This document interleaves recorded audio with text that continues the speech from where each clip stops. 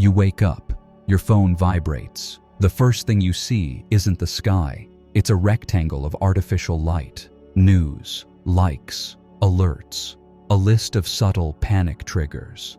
And so it begins, another cycle. You don't even ask why, because everything feels normal. But normal was built to numb you. This world wasn't designed to evolve you. It was designed to contain you. Not with cages or chains, but with scripts, invisible assumptions, cultural myths, unquestioned routines that funnel your energy into systems that give nothing real back. You think you're living your life, but in truth, you're living a reaction, reacting to bills, to messages, to expectations, to time. But what if I told you this was all intentional? That the friction you feel every day, the sense of always being late, always behind, always incomplete, is not a symptom of failure, but a feature of control. Enter the Archons, not demons, not men in robes, but constructs, codes, architects of artificial structure, mind parasites that inhabit thought, invisible manipulators embedded not in your walls, but in your beliefs. The Gnostics knew, they named them. They said these beings didn't just resist the divine, they replace it. They don't want to kill you, they want to use you, not physically, energetically. Your light, your raw consciousness, your capacity to feel, to love, to remember, is fuel. And the game? Keep you distracted, keep you chasing approval, keep you solving problems that never existed, so you never stop to ask, who wrote this script? And why does it feel like a cage with no bars? Society, in its modern form, isn't the product of human error. It's a design, a perfectly tuned loop, a set of rituals disguised as responsibilities, where sacredness is mocked and numbness is monetized. Here's how it works.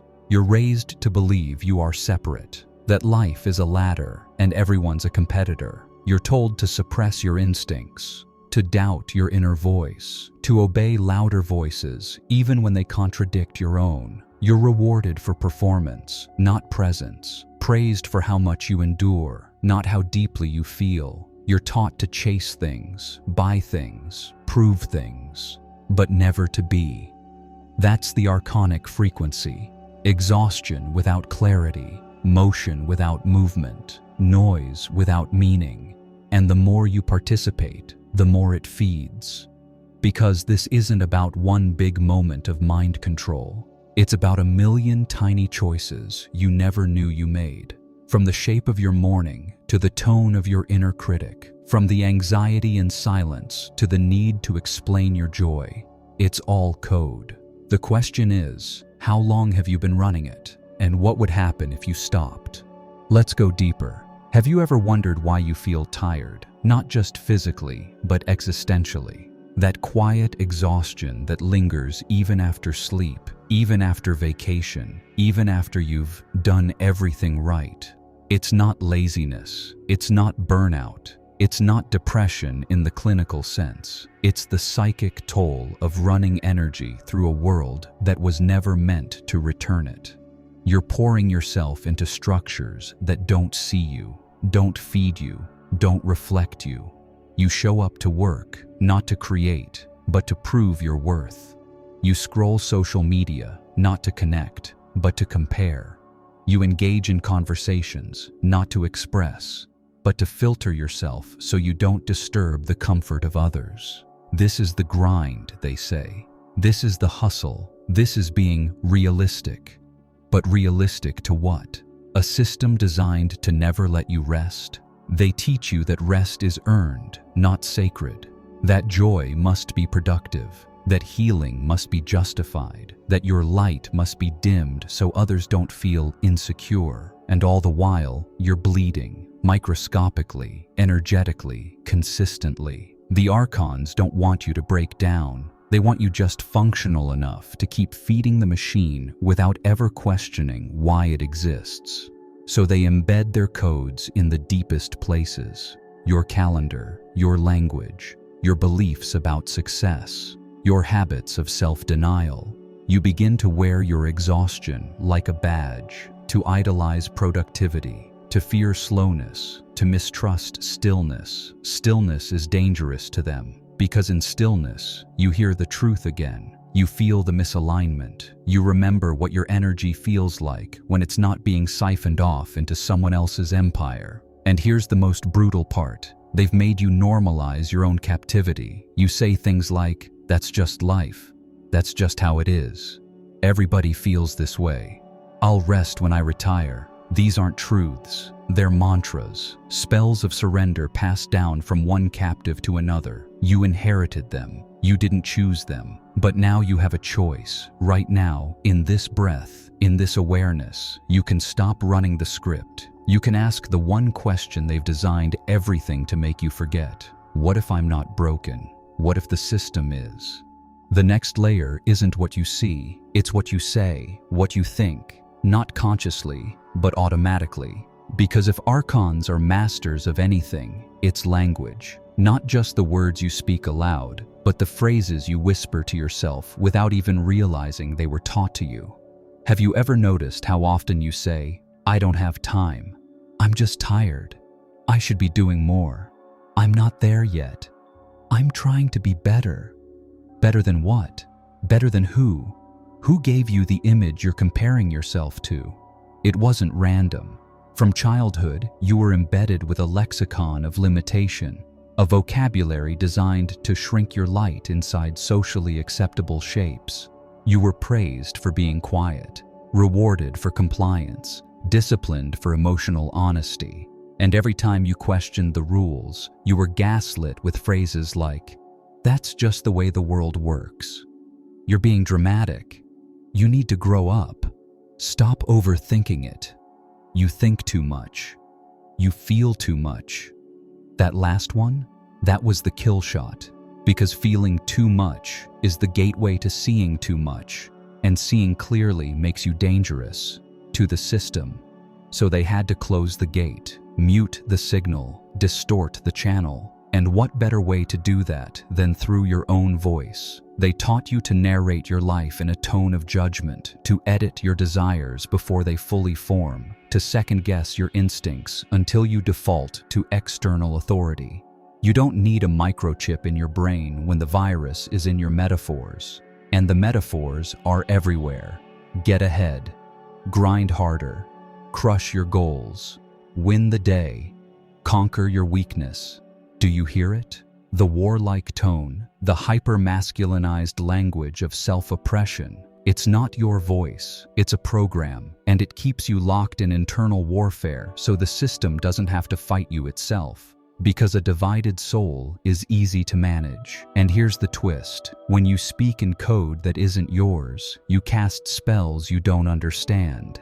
Every "I can't" is a curse. Every "I'm not enough" is a ritual. Every "I'm too much" is a vow of silence. But the moment you hear it, truly hear it, you have power again. Because awareness rewrites the code. So here's your break in the pattern. What's the phrase you repeat the most that isn't yours? And what would happen if you stopped saying it? Now we turn to your body, not as biology, but as a battleground. You were never supposed to hate your face. You were never supposed to pinch your skin in front of the mirror, compare your shape to strangers, calculate your worth by a number. That hatred isn't natural. It was installed. From the first moment you saw an ad, a billboard, a screen, you were shown what beautiful means. And it wasn't you. Not as you were. Not as you are. It was an image, airbrushed, digitized, constructed. A weapon masked as aspiration, and you internalized it. Not because you're weak, but because the programming was relentless. This is the genius of Archonic design. They don't need to punish you. They just need to get you to punish yourself for being alive in a body that doesn't fit the script. So you apologize for aging. You apologize for softness. You apologize for hungers, for scars, for imperfections. They've made war on the real. They told you that stretch marks are flaws, that lines on your face are failures, that fat is sin, that rest is laziness, that wanting to be seen is vanity. unless it's through their filters, in their context, for their profit. Your body became a billboard they painted on. Your energy became a currency they marketed back to you. They don't need to control you from the outside when you're already curating yourself from the inside. Have you noticed? You smile before you're ready. You speak in a tone that feels hollow. You dress not for weather or ritual, but to hide, to conform, to not offend. And all of it drains you, because you are spending your light upholding a lie that says your body is a project, a problem, a burden. But the body isn't a burden, it's an altar. It's the antenna through which the divine experiences itself. It was never meant to fit an aesthetic. It was meant to carry a frequency. And when that frequency is suppressed, when you dim to survive, you leak power. And they feed, not on your blood, not on your sweat, but on your self-abandonment. Because every time you criticize your body, you fracture your presence. And fragmented presence is harvestable. The real rebellion, it's not self-love, it's self-return. It's remembering that your body is not a costume, it's not a brand, it's not a mistake, it's a temple. And they built a whole empire to make you forget that.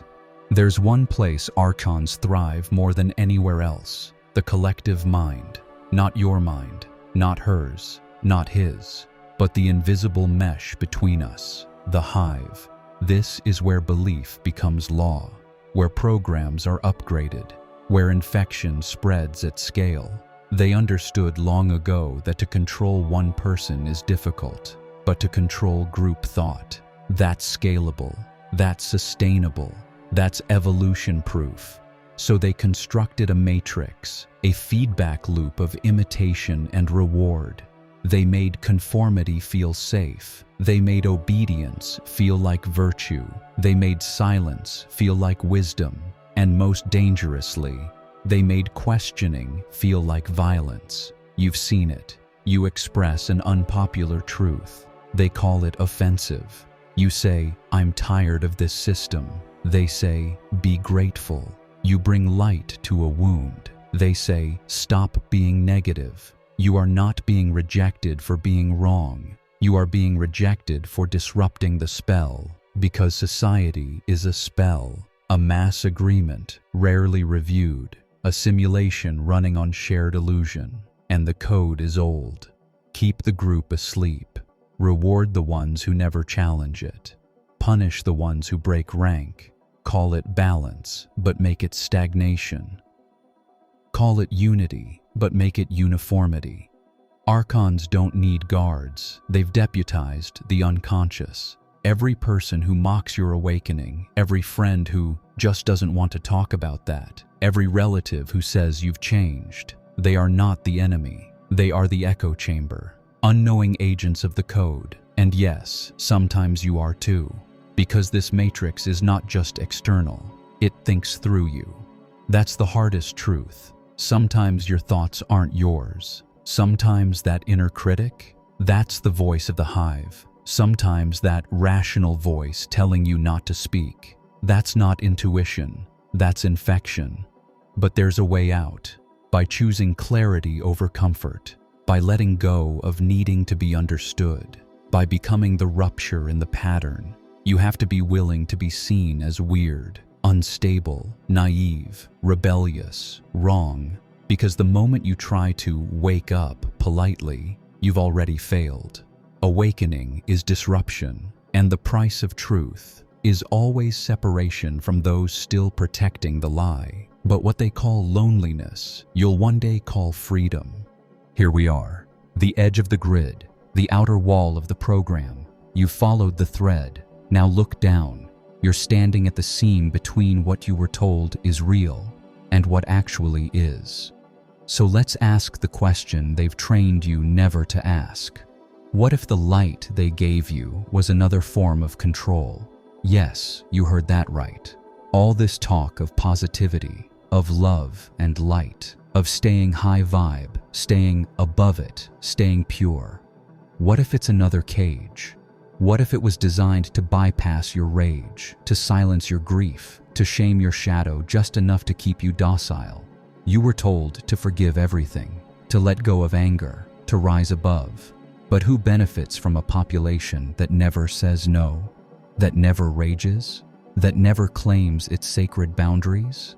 The Archons do, because a pacified soul is predictable. A polite rebel is powerless. A seeker who refuses to feel darkness can be steered anywhere the light tells them to go. This is the final code. False light. The kind that blinds, not illuminates. The kind that promises peace but demands obedience. The kind that makes you think awakening means ignoring your own depth. But the real light, it's messy, it's wild, it burns systems down. It says, "This is mine, this is sacred, this ends with me." It's the light that exposes, not just them, but you. And that's where your power truly begins. Not in escaping the matrix, not in fighting it, but in seeing it fully, clearly, and choosing presence anyway. Because presence is unpredictable. It can't be mapped, monetized, or harvested. It disrupts timelines. It ends rituals. It rewrites reality. So here's where I leave you. Not with an answer, but a fracture in the grid. Let it grow. But before you go, sit with this question. What's one belief you've never questioned because it came dressed as light? Type it, say it, break the spell.